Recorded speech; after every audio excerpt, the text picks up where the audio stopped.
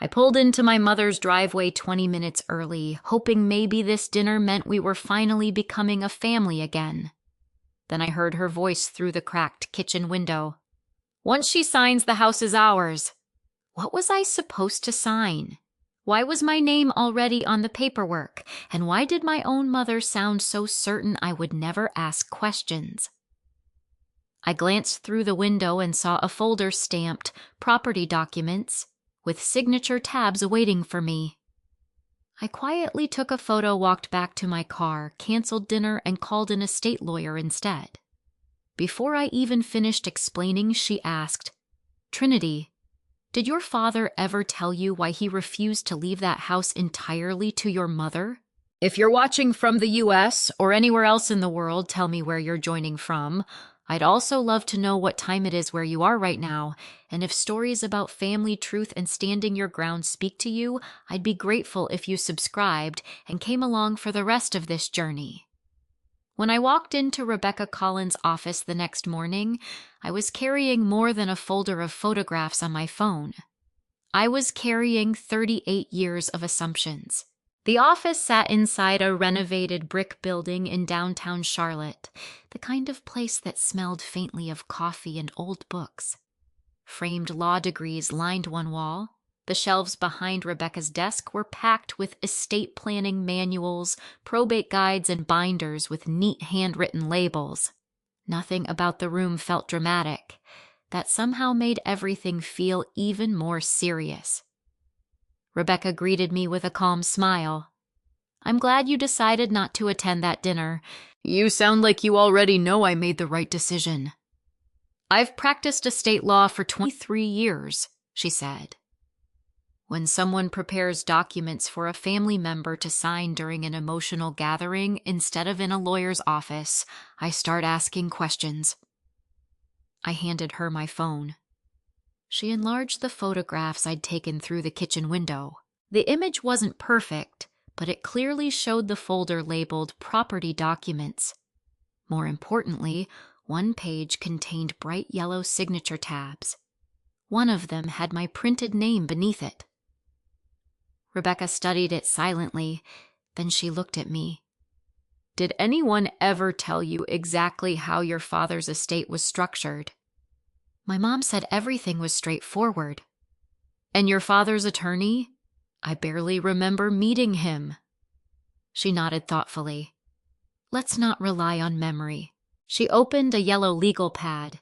"Start from the beginning." For nearly 40 minutes, I told her everything. Dad's death 18 months earlier after a sudden heart attack. The funeral, the exhausting week afterward, the endless paperwork, the family meetings, the way my mother had cried through nearly every conversation. The way Brandon had kept saying he would handle everything. I remembered signing document after document because I trusted the people sitting around the table. At the time, questioning paperwork felt almost disrespectful. Rebecca didn't interrupt. She simply wrote notes. Finally, she asked, "Do you have copies of the probate documents?" "I think so." Thankfully, I was the kind of person who never threw important paperwork away. I kept digital copies of nearly everything. Within minutes, I had logged into my cloud storage and emailed her an entire folder labeled Dad's Estate. She printed several documents, one by one, slowly, methodically. The only sounds in the room were the printer and pages turning. I watched her expression change. Not dramatically, just enough. She leaned back. "Interesting." My stomach tightened. "What?" "Nothing bad." That wasn't comforting. She slid one document toward me. "Tell me honestly, did anyone explain this page?" I looked down. It was covered with legal language, county recording numbers, parcel identification, references to property interests. "I don't remember." Rebecca smiled sympathetically. "Most people wouldn't." She picked up a pen. "Let's translate." She drew 2 simple boxes. "This first box represents your father's ownership before he passed away." She drew an arrow. This second box represents ownership afterward.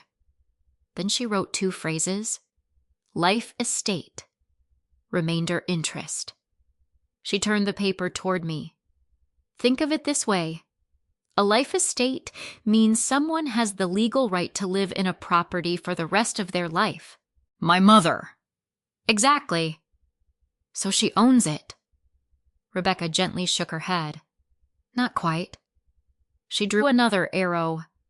The remainder interest belongs to the person who automatically receives full ownership after the life tenant dies. I stared at the page. My pulse slowed, then sped up again.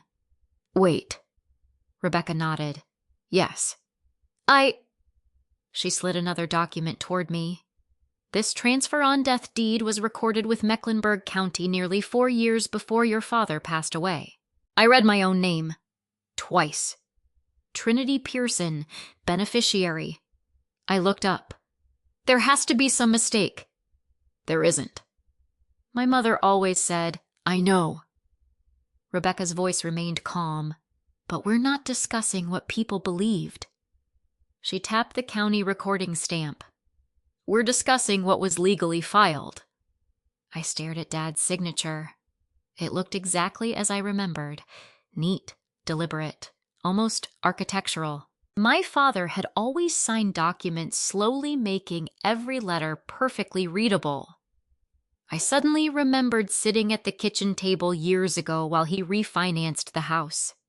He had spent almost 15 minutes reviewing every page. When I laughed and asked why he was taking so long, he'd smiled. Paperwork doesn't care how people feel, Peanut. Peanut. He hadn't called me that in years before he died. Another memory surfaced. The week after the funeral, boxes filled with files, Mom crying in the living room, Brandon making coffee for everyone, someone handing me a stack of papers. I remembered asking if I should read them. Mom had wrapped her arms around me. Honey, none of us can think straight right now. They're just routine probate documents. So I signed. I trusted. I grieved. Rebecca interrupted my thoughts. What are you remembering? I asked if I should read everything. And my mother told me not to worry. Rebecca didn't criticize her. She simply nodded. Grief is when people are least likely to read carefully. That sentence landed harder than she probably intended. I wasn't angry yet, mostly embarrassed. Embarrassed that I had spent 18 months believing I understood my own inheritance. Rebecca continued reviewing the file. She stopped at another page, then another. She highlighted 2 paragraphs. Your father appears to have been very intentional. Intentional about what? He gave your mother complete security. I frowned. What do you mean? She has the legal right to remain in that home for the rest of her life. I nodded. Which is exactly what Dad would have wanted. Yes. Rebecca paused. But he also prevented anyone else from forcing a sale while she was alive. I blinked.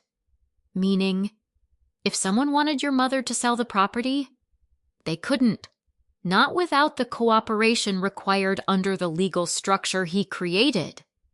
I sat back. Pieces of conversations I'd ignored over the years suddenly returned. Dad refusing to discuss finances around Brandon. Dad quietly asking me once if I still kept copies of important documents.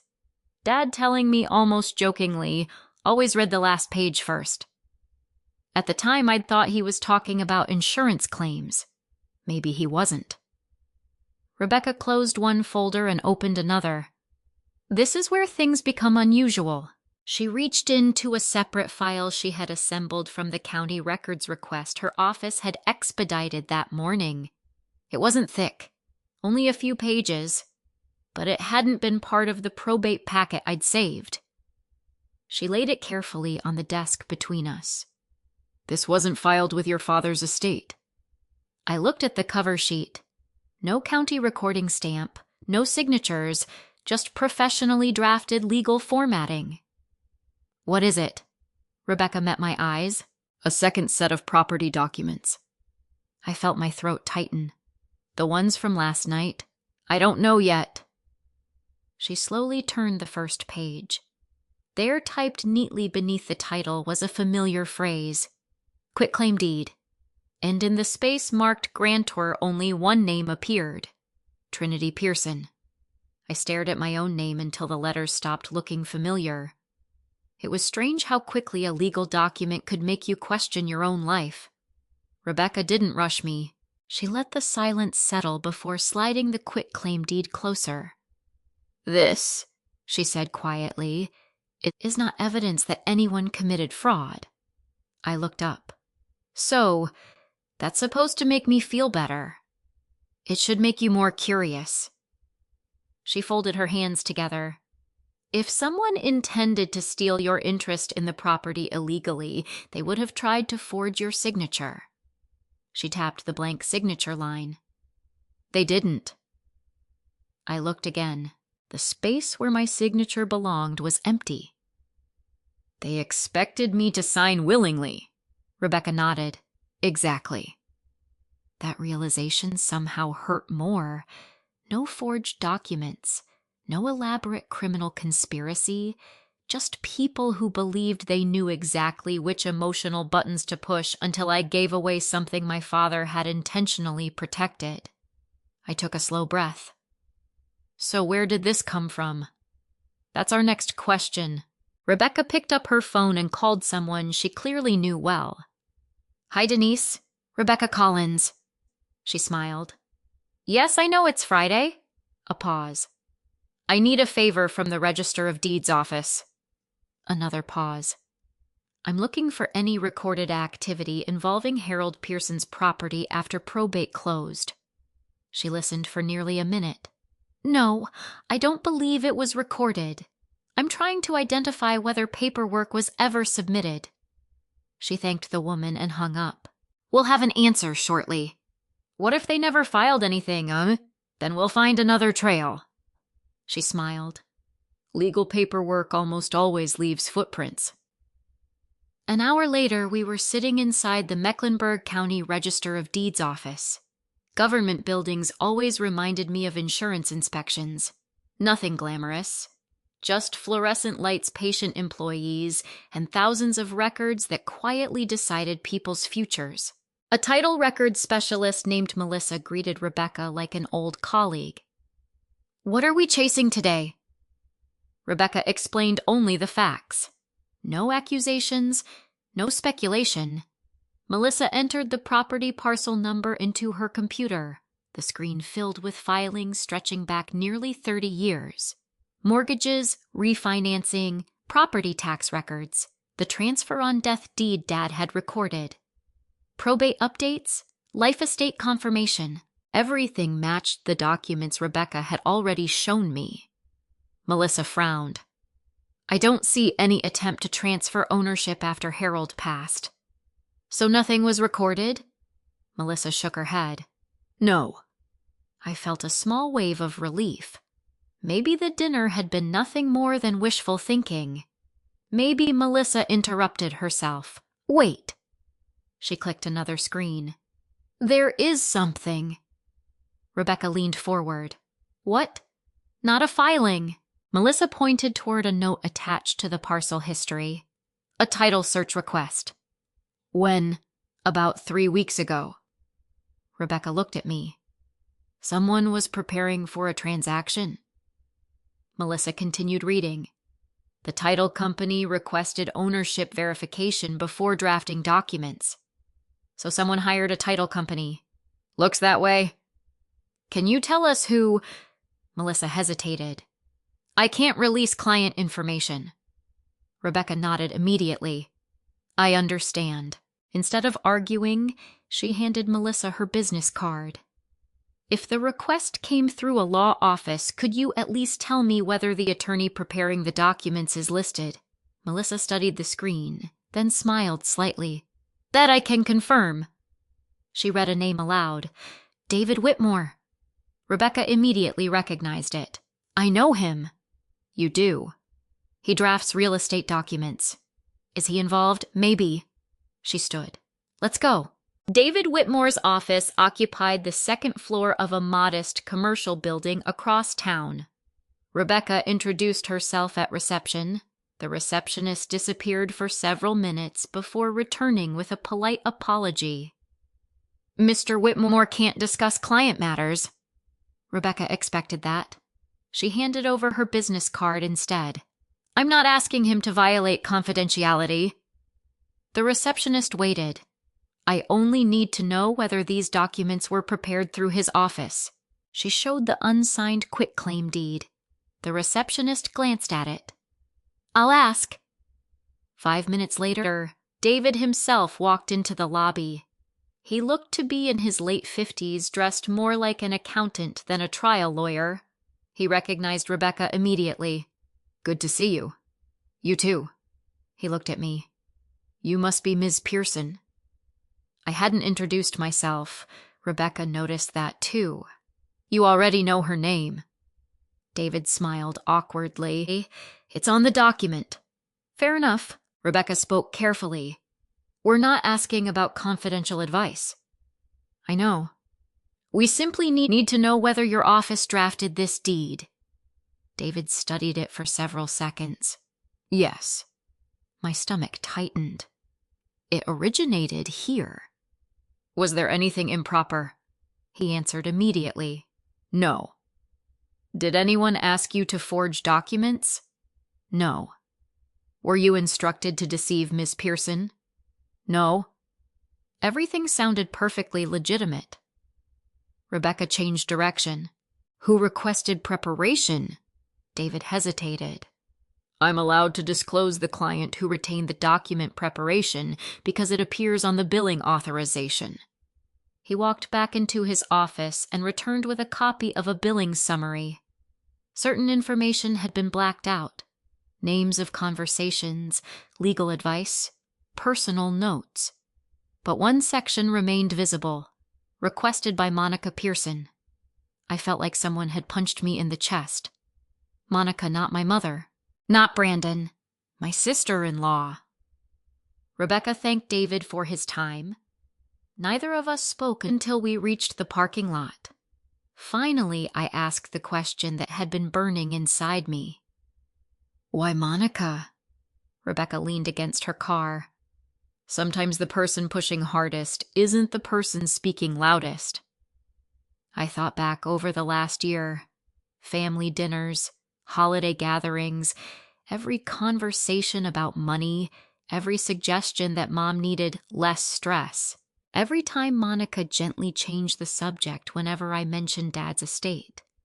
I remembered her saying one Thanksgiving, paperwork just gets in the way of family. At the time it sounded harmless. Now it sounded rehearsed. Rebecca looked thoughtful. There's still one question. What? Who paid for the legal work? I assumed Monica. Don't. She held up the billing summary. The client requested preparation. She pointed farther down the page. The invoice was paid by someone else. I looked closer. Near the bottom sat a single transaction reference. Business account payment received. The last 4 digits of the account number caught my attention immediately. 4821. Rebecca looked at me. You recognize it? I nodded slowly. I've seen those numbers before. Where? I swallowed. They belong to Brandon's restaurant business account. Rebecca folded the invoice and slipped it into her folder. So Monica organized the paperwork. And Brandon paid for it. I think, Rebecca said carefully, it's time we find out whether your brother actually understood what he was financing. I stared across the parking lot, remembering the last time Brandon had mentioned the restaurant. He hadn't sounded optimistic. He'd sounded desperate. And desperate people rarely spend money on lawyers unless they believe something much bigger is at stake. I didn't sleep much that night, not because I was afraid of losing the house anymore. Rebecca had already explained that nothing could happen without my signature. What kept me awake was a different question. Was Brandon part of the manipulation, or was he simply drowning badly enough that he convinced himself this was the only way out? Those were two very different things. By 8:30 Saturday morning, I was sitting across from Rebecca again. She had spent part of the evening reviewing public financial records. "I think we should talk to your brother before we assume motives," she said. "You think he'll tell the truth?" "I think desperate people often tell pieces of the truth." She slid several printed pages across the desk. "Before we see him, I want you to understand what we're looking at." The first page showed Brandon's Restaurant, LLC. I recognized the business name immediately, Pearson Smokehouse. It had been my father's dream before Brandon took it over. Dad had built it from a tiny neighborhood barbecue restaurant into a place locals actually talked about. After Dad retired, Brandon insisted he could modernize it. For a while, it looked like he had. Then the pandemic came. Food prices exploded, staff left. Customers never fully returned. I knew business had been difficult. I hadn't realized how bad it had become. Rebecca pointed to a section near the bottom. "These are Uniform Commercial Code filings." "I've seen those before." "Insurance." I nodded. "They usually mean business assets have been pledged as collateral." "Correct." She turned another page. "This one matters even more. A county tax lien. Not enormous, but significant enough to tell a story." Then another page. A commercial loan renewal that had been denied 6 months earlier. Finally, a collection lawsuit filed by one of Brandon's food suppliers. I leaned back slowly. He never told me. He probably couldn't. "Why?" Rebecca looked at me carefully. "Pride." That answer hurt because it sounded exactly like my brother. Growing up, Brandon had always believed asking for help meant admitting failure, even when we were kids. If his bike chain broke, he'd spend 3 hours trying to fix it himself instead of asking Dad. If he failed a math test, he'd hide it until the report card arrived. He wasn't dishonest. He was ashamed. There was a difference. Rebecca closed the folder. "I think he's under enormous pressure. Enough pressure to take my inheritance." "I don't know." She stood. "Let's ask." Brandon lived about 25 minutes outside Charlotte in a quiet subdivision where every third house seemed to have children's bicycles scattered across the yard. His own driveway held an aging pickup truck and a small SUV. Nothing about the house suggested luxury. If anything, it suggested people trying very hard to keep everything together. Rebecca stayed in the car. "This conversation should start as family." I appreciated that. I knocked. Brandon answered, wearing jeans and an old restaurant t-shirt. His smile appeared automatically. "Trin." Then he noticed my expression. "You okay?" "I was in the neighborhood." "Come in." The house smelled like coffee and pancakes. My 2 nieces were watching cartoons in the living room. Monica wasn't home. "Soccer practice," Brandon explained. We sat at the kitchen table. For several minutes we talked about ordinary things. The girls, his back hurting, the Panthers' upcoming season. Neither of us wanted to be the first person to ruin the conversation. Finally, I asked quietly, "How's the restaurant?" His smile disappeared. "We're hanging in there." I waited. He sighed. "Okay, that's not true." Silence filled the kitchen. He rubbed both hands over his face. "I've been trying to keep Mom from worrying. You don't have to protect me." "I know." He laughed bitterly. "I just got used to pretending everything's fine." I nodded toward the stack of unopened envelopes sitting on the counter. "You behind?" His eyes followed mine. Then he gave up pretending. "Pretty far." "How far?" He opened one envelope without saying a word and slid it toward me. "Final notice." Another. "Demand for immediate payment." Another. "Notice of intent to file judgment." I counted at least 7 envelopes.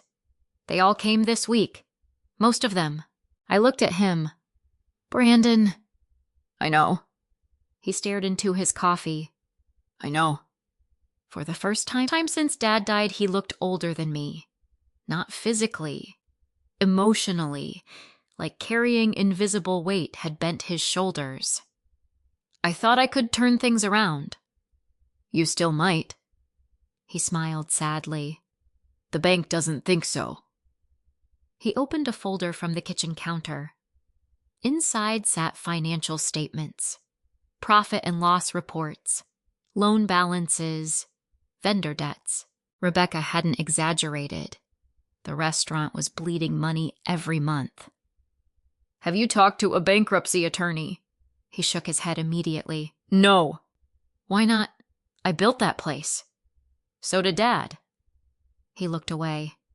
I can't be the son who loses it. That sentence stayed with me, because suddenly this wasn't only about money. It was about identity, about disappointing a father who was no longer alive. I chose my next question carefully. Have you been looking at refinancing options? His head lifted. A little. What kind? He hesitated, then answered. A home equity solution. I kept my voice even. Whose home? He blinked as though the answer should have been obvious. Mom's.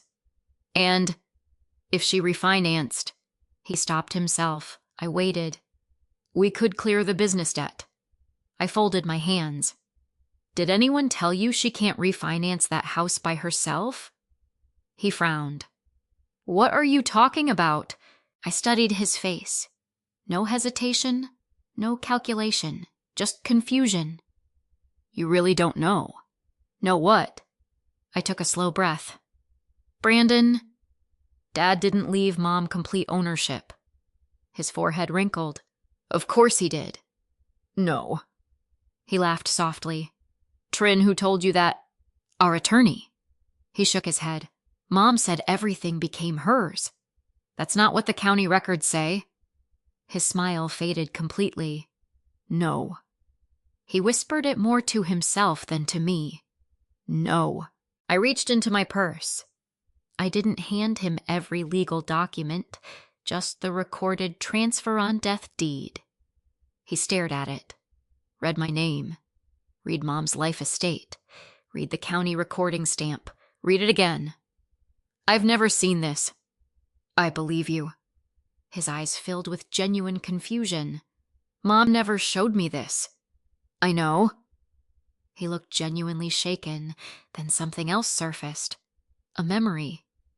He leaned back slowly. About 6 months after Dad died. What? I asked Mom why we couldn't refinance. And she said there were legal complications. I stayed quiet. I asked if we should talk to you. He swallowed. She said Dad had wanted everything handled inside the family. I frowned. What exactly did she say?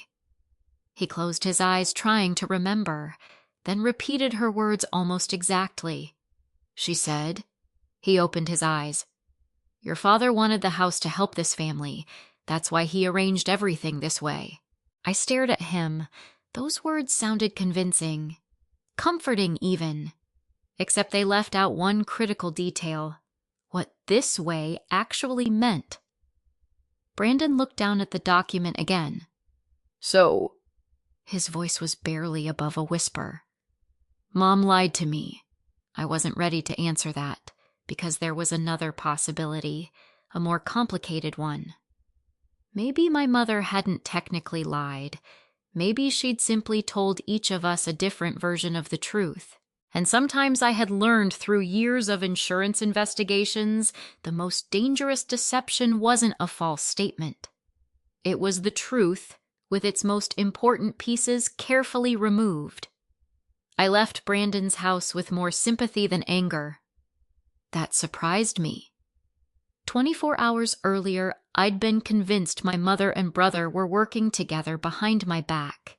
Now I wasn't so sure.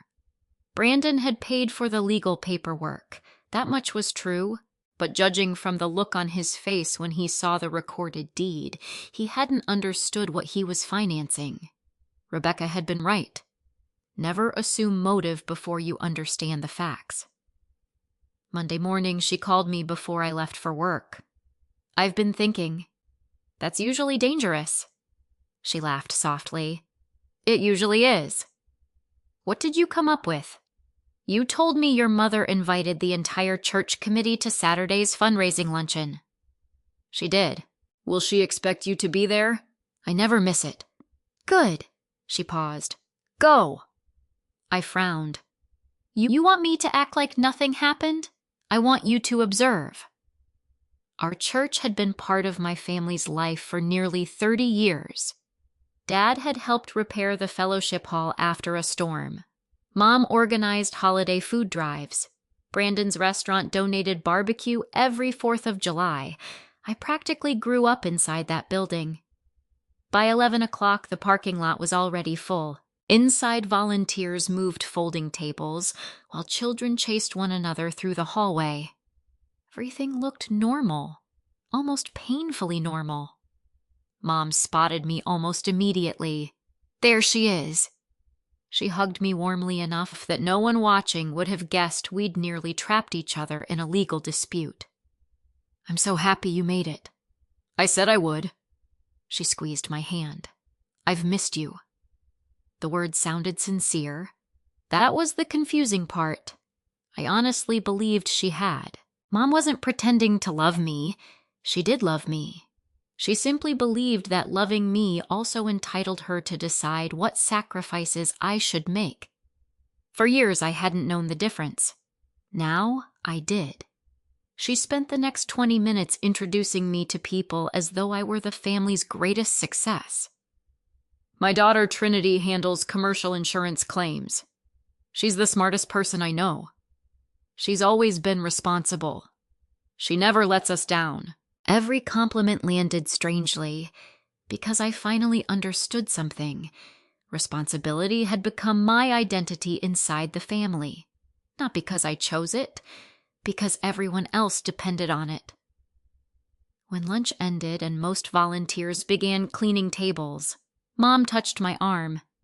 "Can we talk for a minute?" "Of course." She led me into a small classroom near the back of the church. The room was empty except for stacked chairs and Sunday school supplies. She closed the door. Immediately, her smile softened into concern. "I've been worried about Brandon." "I know. He isn't telling everyone how serious things are." "I've noticed." She sighed heavily. "You've always understood family better than he has." I said nothing. She continued. "Sometimes the oldest child has to carry more." There it was. The sentence I'd heard in different forms my entire life. Sometimes the oldest child, sometimes the responsible one, sometimes the successful one. It always ended with me giving something up. "I know things have been difficult," I said carefully.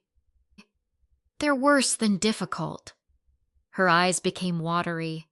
"If Brandon loses the restaurant," she stopped speaking, "he'll recover." "You don't know that. I know him."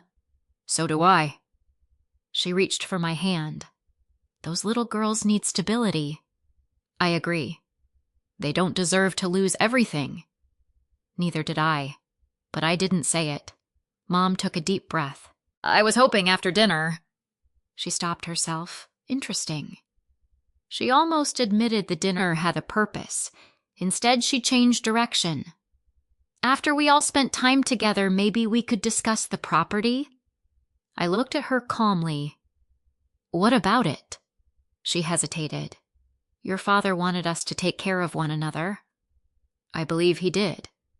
If signing one document helps your brother save his family..." She searched my face. "Would that really be so terrible?" There it was.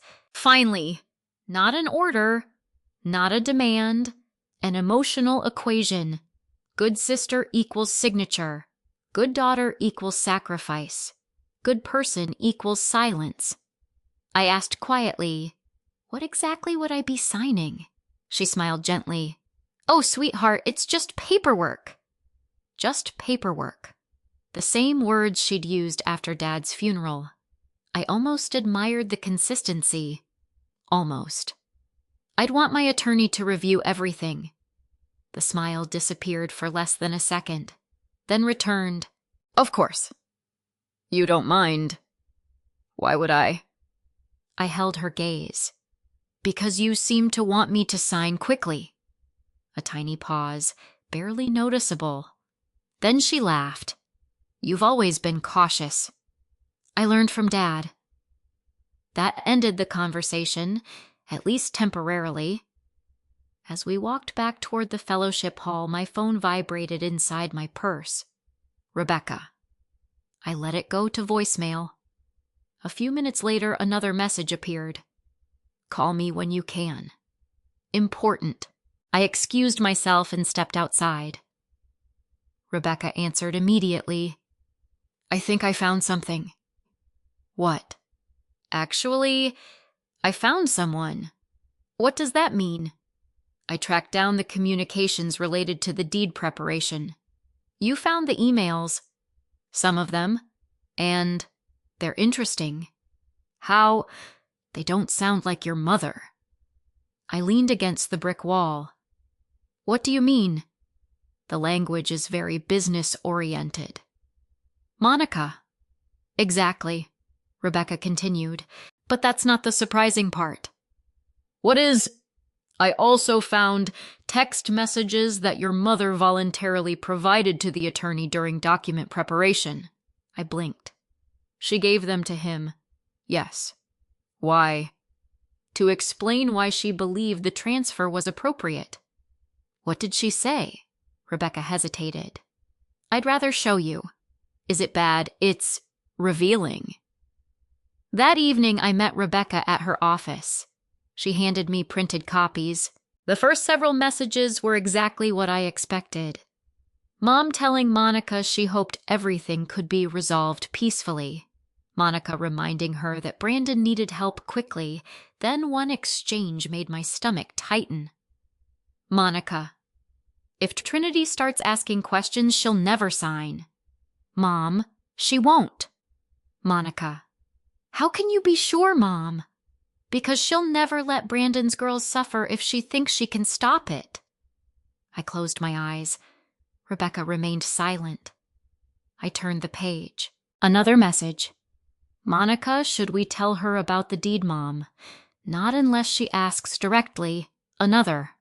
Monica. What if she brings a lawyer, Mom? She won't embarrass her family like that. I looked up. She really believed that. Rebecca nodded. I think she knows you very well. No. I folded the pages carefully. She knew the version of me that always chose peace over boundaries. Rebecca watched me quietly. People who manipulate family relationships usually don't see themselves as manipulators. What do they see? They see themselves as solving a problem. That sentence lingered between us, because it explained my mother better than anger ever could. She wasn't trying to destroy me. She was trying to save Brandon. She had simply decided I was the resource that could be spent. Rebecca reached into another folder. I have one more thing. She placed a sealed envelope on the desk. Across the front was a probate case number. Beneath it were the words, Sealed Estate Memorandum. I looked at her. What is that? I don't know yet. She rested one hand on the envelope. But tomorrow morning we're asking the probate court for permission to open it. I barely slept that night. Not because I was worried about the house anymore. The law was finally starting to make sense. What kept replaying in my mind were my mother's text messages. She won't. She won't embarrass her family like that. For years, she hadn't needed to pressure me. She only needed to remind me who I was supposed to be. The dependable daughter, the one who understood, the one who never made things harder.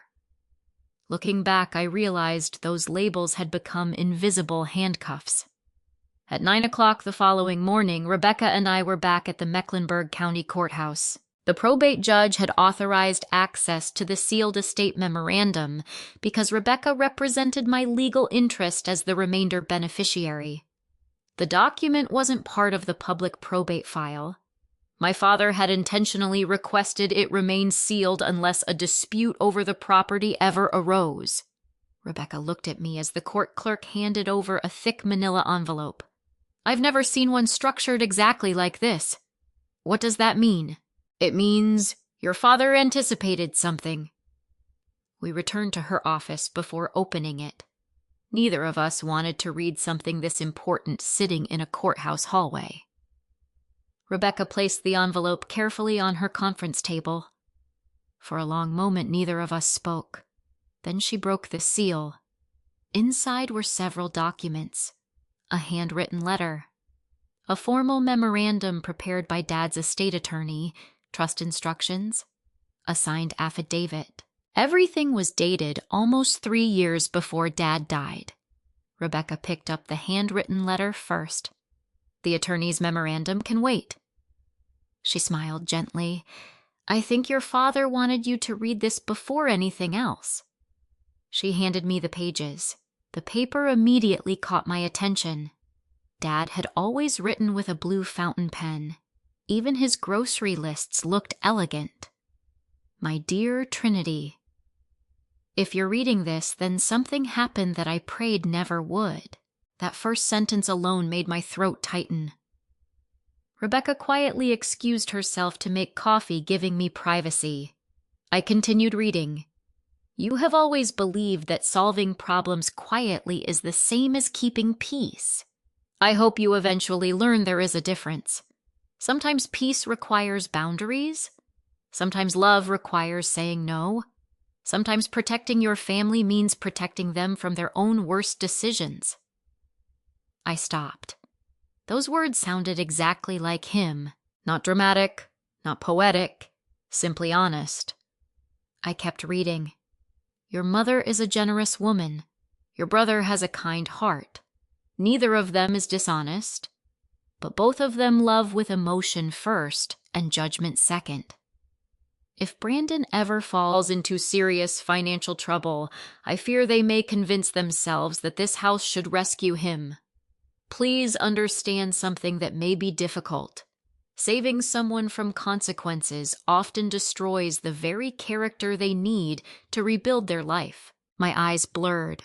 I blinked several times before continuing. This home is not my greatest gift. Security is. I want your mother to live here for the rest of her life without fear of losing her home. I also want to make certain that no creditor, lender, investor, or desperate decision can ever take this property away. That is why I created the estate exactly as I did, not because I trusted you more, because I knew you would read before signing. I lowered the pages. Rebecca quietly returned carrying 2 mugs of coffee.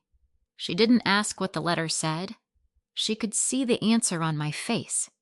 He knew. Rebecca nodded. I suspected as much. He predicted all of this. I think he predicted the possibility. I handed her the letter. She read it slowly.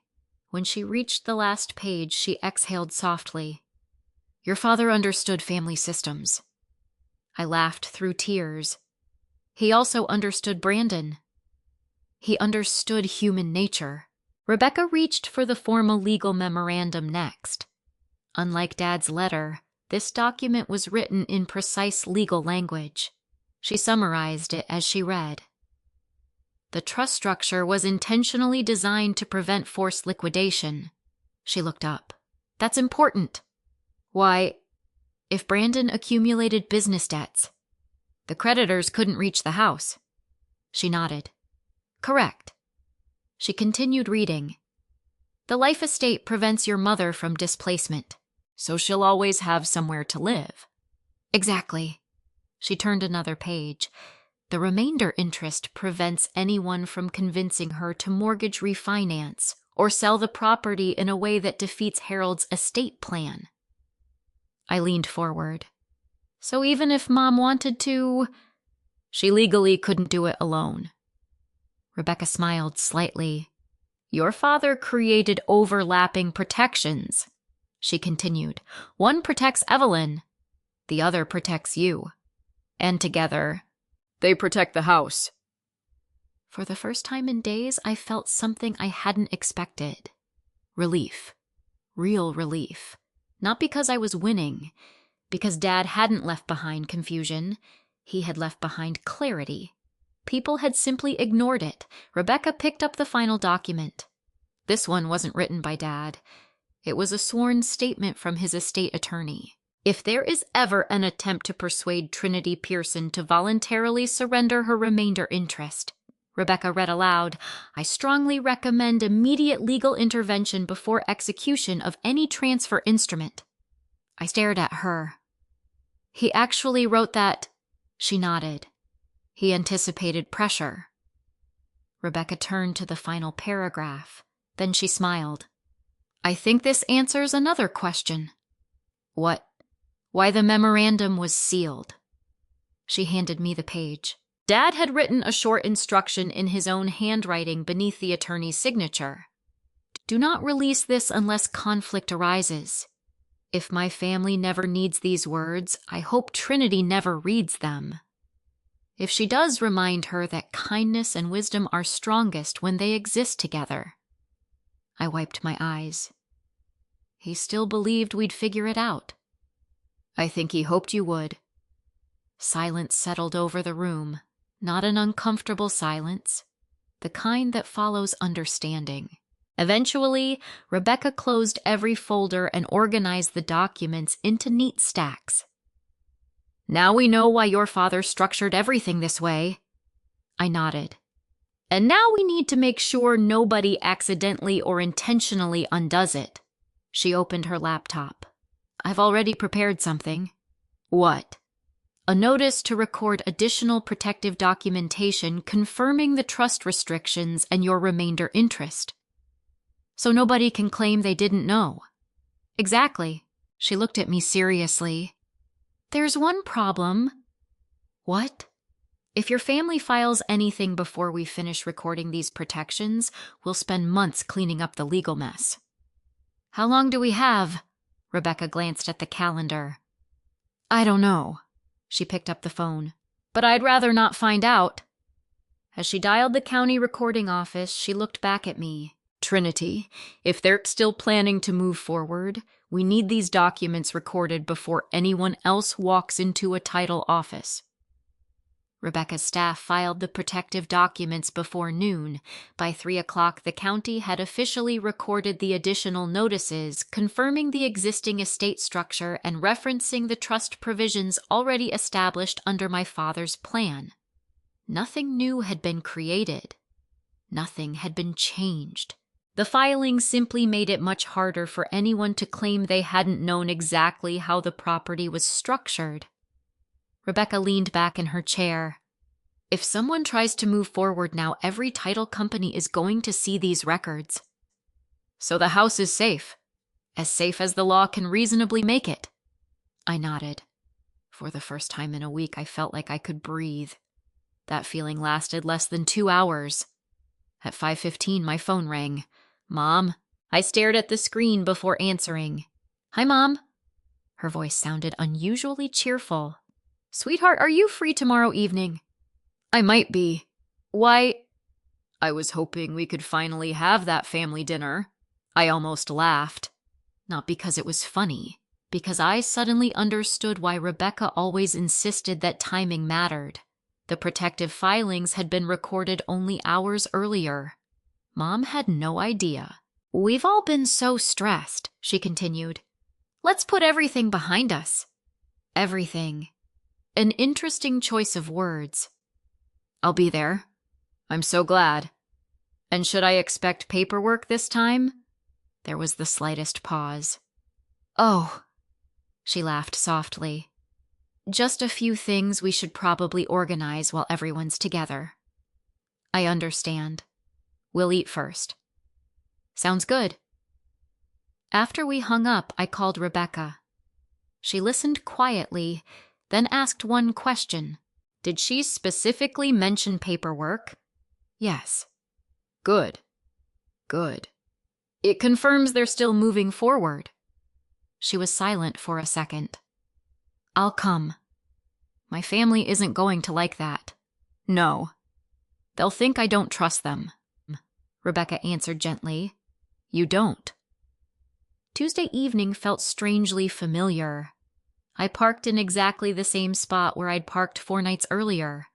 Only this time I actually walked to the front door.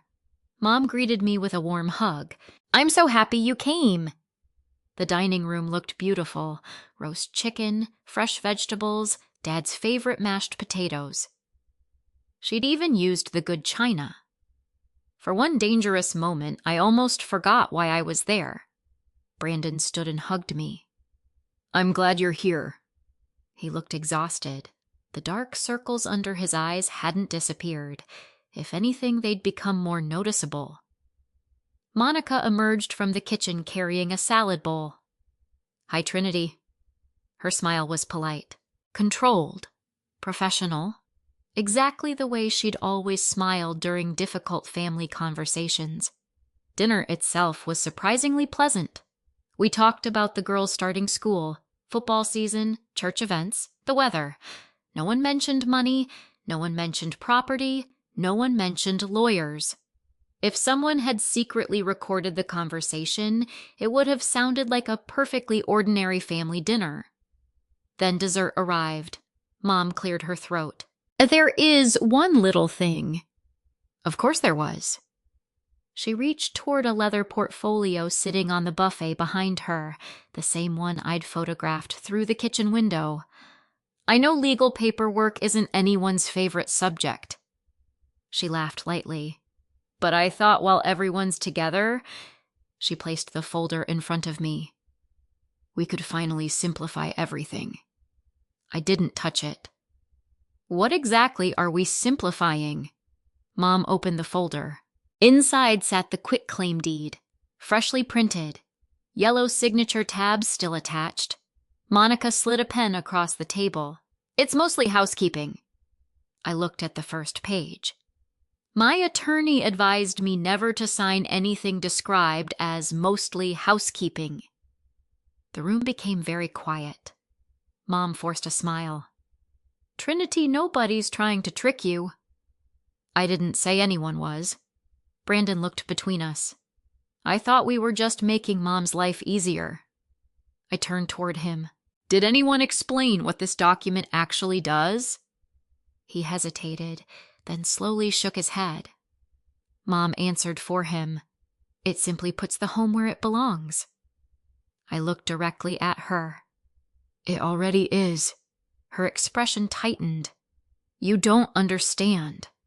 No. I closed the folder gently.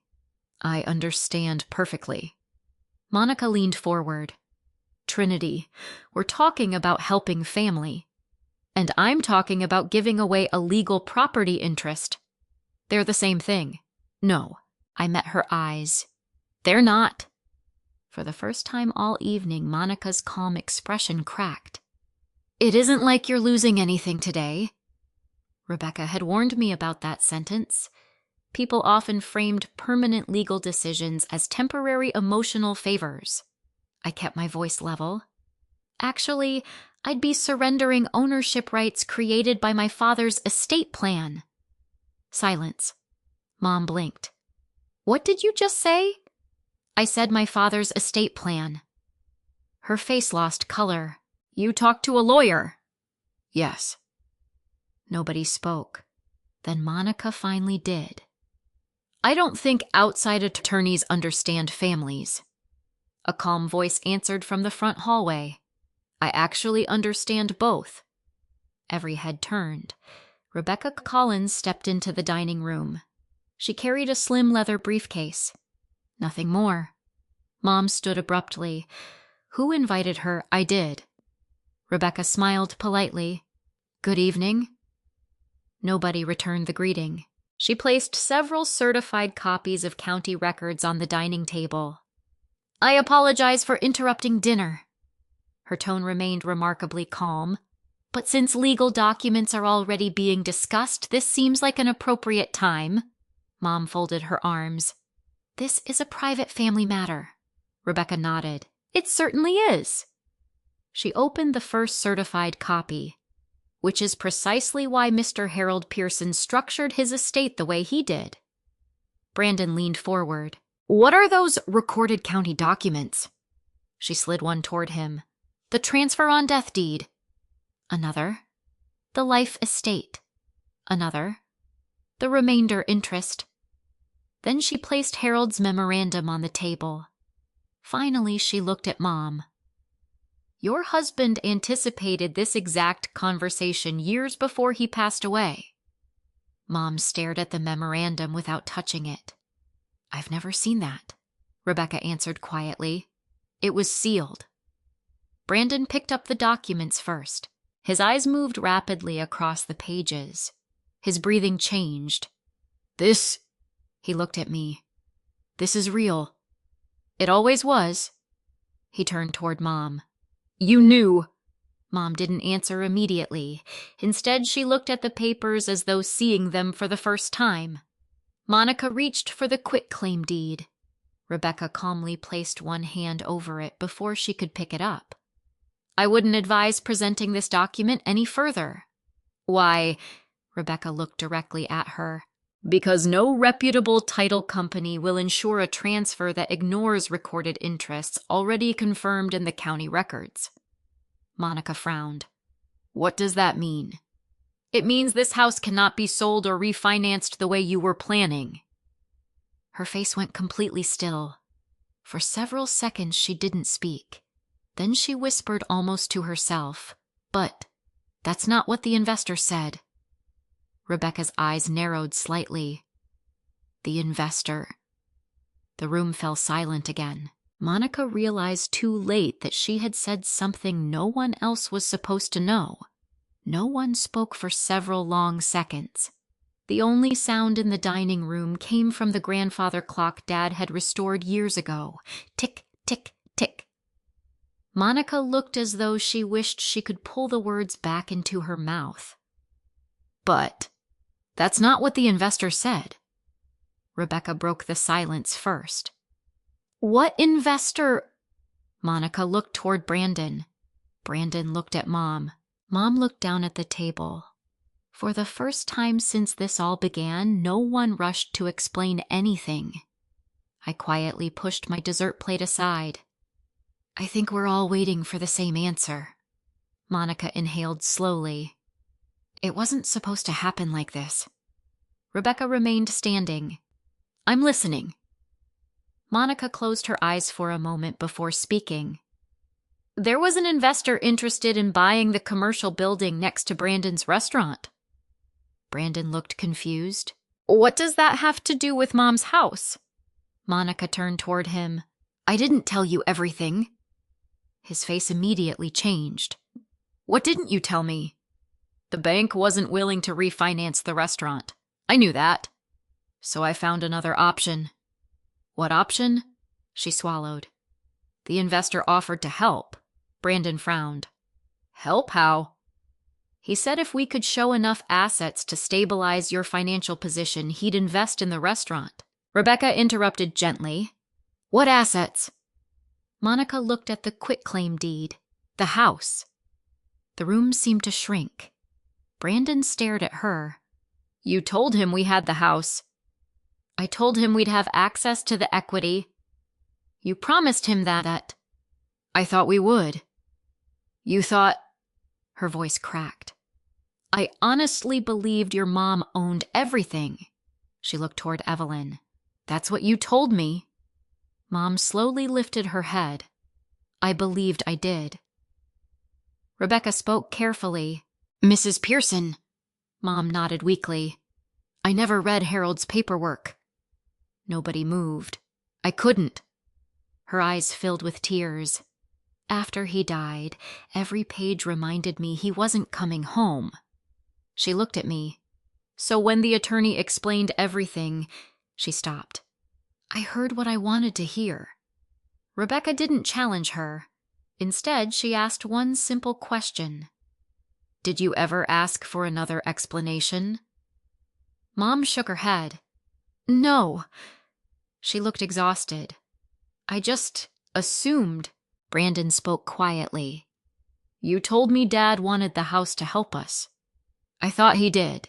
Rebecca slid Harold's handwritten letter toward her. He did. Mom looked confused. What? He wanted the house to protect your family. Rebecca paused. Not rescue it from every financial emergency? Mom stared at the letter but didn't pick it up. I never meant to steal from Trinity. I believed her. Not because what she'd done was acceptable, because I finally understood how she'd arrived there. She hadn't started with greed. She had started with fear. Fear had slowly become justification. Justification had become manipulation. And somewhere along the way, she'd stopped asking whether there was another solution. Brandon finally looked at Monica again. You knew about the investor for how long? She answered almost immediately. 3 months. You met with him twice. You never told me. I was trying to fix everything before you worried. He laughed once. A short, broken sound. That's exactly what I was doing to everyone else. Neither of them had trusted the other with the truth. That realization hurt both of them equally. Rebecca opened another folder. I believe these belong to you. She handed Monica several printed emails. Monica's face drained of color before she reached the last page. You found these? They were voluntarily produced. The emails were straightforward. One from the investor, another from Monica, then another discussing projected financing. The final email caught Brandon's attention immediately. Investor. Before moving forward, I will require confirmation that the residence can legally be leveraged without ownership complications. Monica's reply, there won't be any complications. My sister-in-law will sign. Brandon looked at his wife. You already promised him. She nodded once. I thought she would. Without asking her, I thought once your mom explained everything. She stopped talking, because there wasn't anything left to say. Brandon pushed his chair back from the table, not violently, quietly. He walked to the kitchen window and stood looking into the backyard. No one followed him. After almost a minute, he spoke without turning around. How bad is it? Rebecca answered honestly. What do you mean, my business? She didn't soften the truth. If nothing changes, you'll probably lose it. He nodded slowly. I figured. But everyone looked at Rebecca. Losing the business and losing your home were never the same problem. He turned around. What? You were trying to solve one crisis by creating another. She spoke gently. If this property had been transferred and your creditors later reached it, your father's entire estate plan would have collapsed. Brandon looked at me. I'm sorry. The words were simple. There was no speech, no excuses, just 2 words. I'm sorry. I believed those too, because unlike a week earlier, he now knew every piece of the truth. Mom finally picked up Dad's handwritten letter. Her hands trembled as she read. Halfway through, tears began rolling down her cheeks. When she reached the final page, she covered her mouth. He knew. She whispered it to herself. He knew I would try to save Brandon. No one answered, because Dad had. He hadn't judged her. He had simply understood her. After several minutes, Mom folded the letter carefully. Then she looked directly at me. I owe you an apology. I waited. I asked you to carry something your father never wanted you to carry. She wiped her eyes. I kept telling myself I was protecting my son. Another pause. But I was asking my daughter to become his safety net. The room remained quiet. Then Mom said something I hadn't expected. I need to tell you one more thing. Rebecca looked up. What is it? Mom stared at the table. I thought... She took a shaky breath. I thought Harold had probably left you something else. I frowned. What do you mean? I convinced myself he must have had another investment account. She looked embarrassed. Or another property. I blinked. What? I told myself. Her voice broke.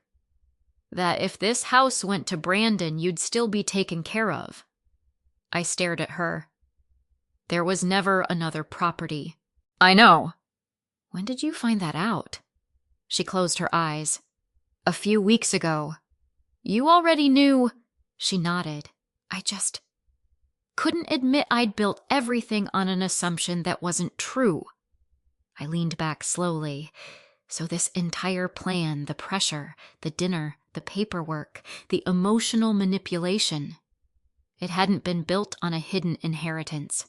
It had been built on a story my mother had invented because it was easier than facing reality. My phone buzzed quietly in my purse. Rebecca glanced at it. It's the county recording office. She answered. After less than a minute, she thanked the caller and ended the call. What happened? I asked. She smiled for the first time that evening. They've officially indexed all of today's recordings. She looked around the table. From this moment forward, every title search on this property will immediately reveal the complete estate restrictions.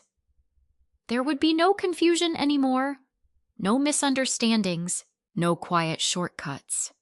Only the truth.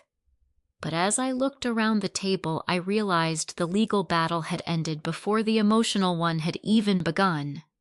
Because for the first time in my life, my mother wasn't asking me to sacrifice something.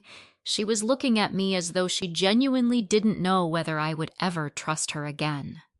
The house felt strangely empty after everyone left. Brandon and Monica gathered the girls without saying much. Rebecca quietly packed her briefcase, handed me copies of every recorded document, and paused at the front door. You don't have to decide anything tonight. I know. You've already made the legal decisions. She smiled gently. Now comes the emotional part. I think that's the harder one. It usually is. She left me with one final piece of advice. Don't confuse access with forgiveness. Those words stayed with me long after her car disappeared down the street. 3 days passed before my mother called, not to discuss paperwork, not to defend herself, not to ask for another favor. She simply said, "Would you come over, just you?" I almost said no, not because I wanted to punish her, because I wasn't sure I was ready. Then I remembered something my father used to tell me. You can listen without agreeing, so I agreed to listen. When I arrived, the house looked exactly the way it always had. Dad's rocking chair still sat on the front porch. His wind chime still hung beside the door. Mom opened it before I knocked. She looked tired, not the dramatic kind of tired, the quiet kind that comes after several nights of honest reflection. Thank you for coming. I nodded. We settled into the living room. For several minutes, neither of us spoke. Then she surprised me. She handed me an old photo album. I found this while cleaning. Inside were pictures I hadn't seen in years. Dad teaching Brandon to ride a bike, me holding a science fair trophy, family vacations, birthday parties, Christmas mornings. For a while, we simply turned pages. Finally, Mom spoke. Do you remember this? She pointed to a picture of me at 16. I was wearing an oversized apron in Dad's restaurant kitchen. Dad made me work every Saturday. She smiled faintly. No. I looked at her. He asked, You volunteered? I laughed softly. I guess I did. You always volunteered. She closed the album. And eventually, I stopped asking. I knew exactly what she meant. At first, I'd offered. Then everyone began expecting. It had happened so gradually that none of us noticed. She folded her hands. I owe you more than an apology. I stayed quiet. I owe you the truth. I appreciated that she understood the difference. She took a long breath. When your father met with the estate attorney, he told me every detail. I looked at her carefully. You knew from the beginning? She nodded. Yes. Then why tell Brandon something different? I didn't think I was lying. Her eyes filled again. I kept telling myself I was simplifying. Simplifying? I thought if I explained everything exactly the way Harold had. She shook her head. Brandon would feel like his father had already given up on him.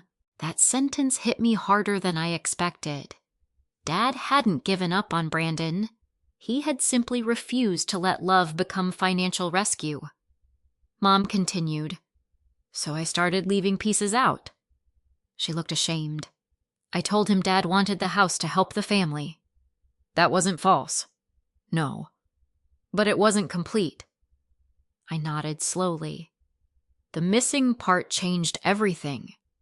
Yes. She looked directly at me. And I left that part out because I thought I could fix it later. Neither of us needed to say it aloud. Later never came. Instead, one omission became another. Then another. Until she'd created a version of reality that everyone believed, including herself. I also need to tell you something else. I waited. She looked toward Dad's empty recliner. I've always been proud of you. I smiled sadly. I know. No. She shook her head. I don't think you do. Silence settled between us. You were the child who never caused emergencies. I tried. And because you never demanded attention, she closed her eyes briefly, I kept giving it to Brandon. I didn't interrupt. I told myself you didn't need me as much. She laughed bitterly. What kind of mother thinks strength means someone needs less love?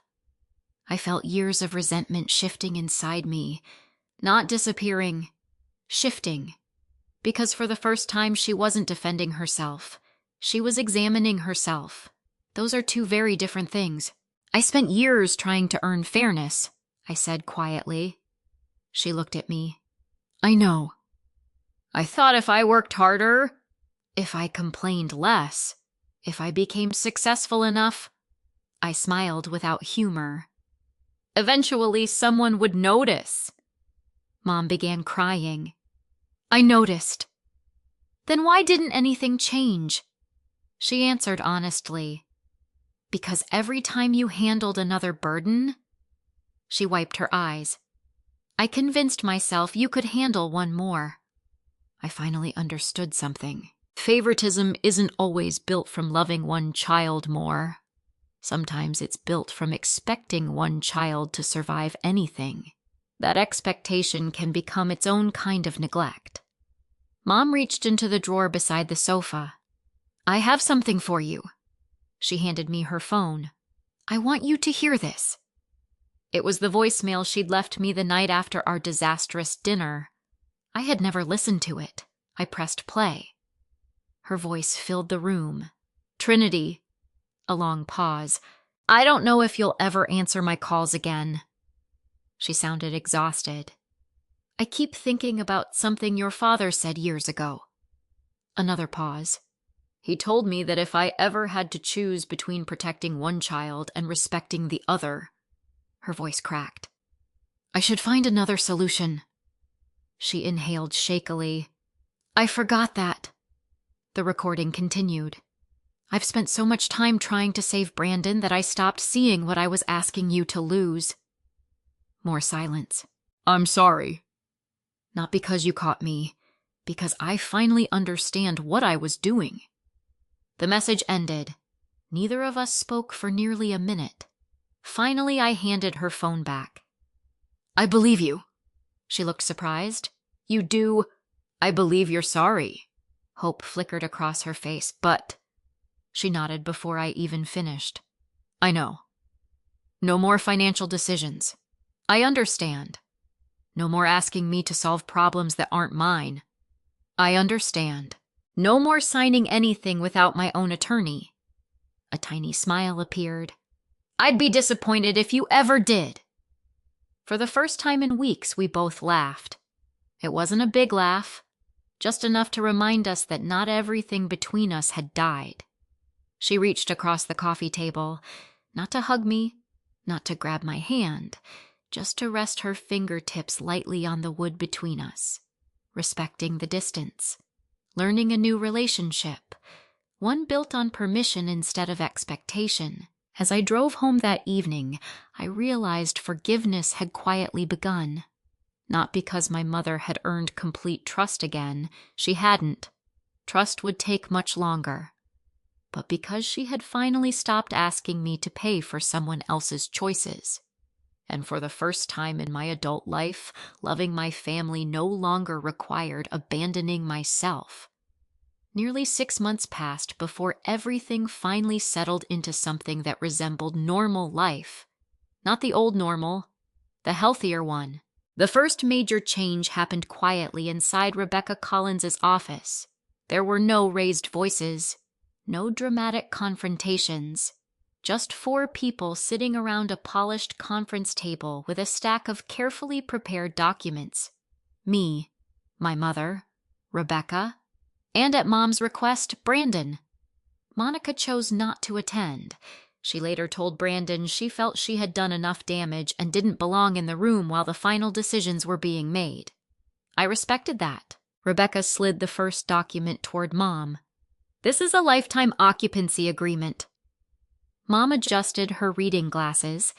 "It doesn't change the ownership structure." Rebecca smiled. "No. It simply clarifies your legal right to remain in the home for the rest of your life." Mom looked relieved. "So no one can force me out?" "No one ever could." Rebecca pointed to another paragraph. "This simply removes any future confusion." She handed another copy to me. The agreement also made several things unmistakably clear. The property could not be sold without following my father's estate plan. It could not be refinanced. It could not be pledged as collateral for any loan. It could not be used to secure business debt. Every restriction reflected exactly what Dad had intended from the beginning. Nothing more, nothing less. Mom signed first. I signed second. Rebecca notarized the documents. That was it. No courtroom, no headlines, no public humiliation, just the law quietly doing what it had been designed to do. As we stood to leave, Mom surprised me. She turned to Rebecca. "Thank you." Rebecca smiled politely. "For what?" "For protecting my daughter." Rebecca shook her head gently. "Your husband did that. I simply helped everyone understand him." Brandon's road back wasn't easy. The investor disappeared as soon as he realized the house would never become part of any financing package. At first, Brandon took that personally. Then he admitted something I'd never expected to hear. "Maybe losing that deal saved me." He sold several pieces of restaurant equipment he no longer needed. He negotiated payment plans with suppliers instead of avoiding their calls. He hired a bankruptcy attorney not because he wanted to give up, but because he wanted to rebuild honestly instead of pretending everything was fine. 3 months later, he made the difficult decision to close Pearson Smokehouse. Dad's restaurant, our family's restaurant. We all cried, even Brandon, especially Brandon. Closing the doors felt like burying Dad a second time. But unlike before, Brandon didn't hide. He invited us to the restaurant on the final evening. The 4 of us stood together in the empty dining room. He ran his hand across one of the wooden tables Dad had built himself. "I kept thinking saving this place meant honoring him." He looked at me. "I finally realized honesty honors him a lot more." A few weeks later, Brandon accepted an operations manager position with a regional restaurant company. It wasn't ownership. It wasn't his dream. But it was stable. It came with health insurance, a retirement plan, predictable income. For the first time in years, I heard relief in his voice instead of panic. Monica changed too, not overnight, but gradually. She found a financial counselor through a nonprofit program and admitted something during one family dinner. I kept trying to solve fear with bigger risks. She looked at me. I'm learning that boring financial decisions usually turn out to be the smartest ones. We both laughed. Because she wasn't wrong. Mom and I rebuilt our relationship one small step at a time. We didn't suddenly become inseparable. We didn't pretend nothing had happened. Instead, we created new habits. Coffee every other Saturday. No discussions about money, no surprise paperwork, no emotional bargains disguised as family obligations. Sometimes we'd visit Dad's grave together. Sometimes we'd simply sit on the porch without saying much. The silence no longer felt heavy. It felt peaceful. One afternoon, as we watered the flowers Dad had planted years earlier, Mom looked at me. You know what Harold understood before I did. What? That love doesn't become stronger because you ask someone to sacrifice more. She smiled sadly. It becomes stronger when they know they're free to say no. I reached over and squeezed her shoulder. I think he'd be happy you finally figured that out. I wish it hadn't taken me this long. So do I. Neither of us pretended lost years could be recovered. Healing doesn't erase history. It simply changes what history is allowed to control. On Mom's 66th birthday, the whole family gathered again. At the same dining room table, the same house, the same chairs. Only everything felt different. No folders waited beside the dessert plates. No hidden agendas sat beneath polite conversation. When dinner ended, Mom stood to make a toast. She lifted her glass of iced tea. I used to believe keeping my family together meant convincing everyone to make the same decisions. She looked around the room. I was wrong. Her eyes found mine. Now, I think keeping a family together means respecting the different boundaries that allow everyone to stay. No one applauded. No one needed to. The words themselves were enough. As everyone cleaned up, I wandered into Dad's old study. Most of his books were still there. So was the small brass compass he'd kept on his desk for decades. When I was little, I'd once asked him why he never threw it away. He'd smiled and said, "A compass doesn't tell you where to go. It simply reminds you when you've started drifting." Standing there, I finally understood. The house had never been the real inheritance. Not the walls, not the land, not even the legal documents. The inheritance was my father's judgment, his patience, his ability to love people without enabling their worst decisions, his understanding that boundaries were not barriers to love. They were the structure that allowed love to survive. Looking back now, I don't think my mother was defeated. My brother wasn't defeated. Even Monica wasn't defeated. Fear was. Guilt was. Silence was. Those were the things that lost. As for me, I didn't win because I was smarter than everyone else. I won because I paused long enough to ask questions before signing my name. That single decision changed the course of my life. It also gave my family something we probably never would have found otherwise: the truth. And while the truth couldn't undo the pain it gave us, the chance to build something far healthier than the version of our family we'd been pretending to protect. This is a fictional story created for entertainment, education, and reflection. Family has a unique way of shaping the people we become. When love is healthy, it teaches trust, generosity, and belonging. But when love becomes tangled with guilt, obligation, or fear, it can quietly blur the line between kindness and self-sacrifice. Many people who have been taken advantage of by relatives don't recognize it at first because the requests often sound reasonable. They come wrapped in words like loyalty, responsibility, or "it's what family does." Healthy boundaries are not acts of revenge. They are acts of honesty. Saying no to an unfair request doesn't mean you love someone less. It means you refuse to build a relationship on pressure instead of respect.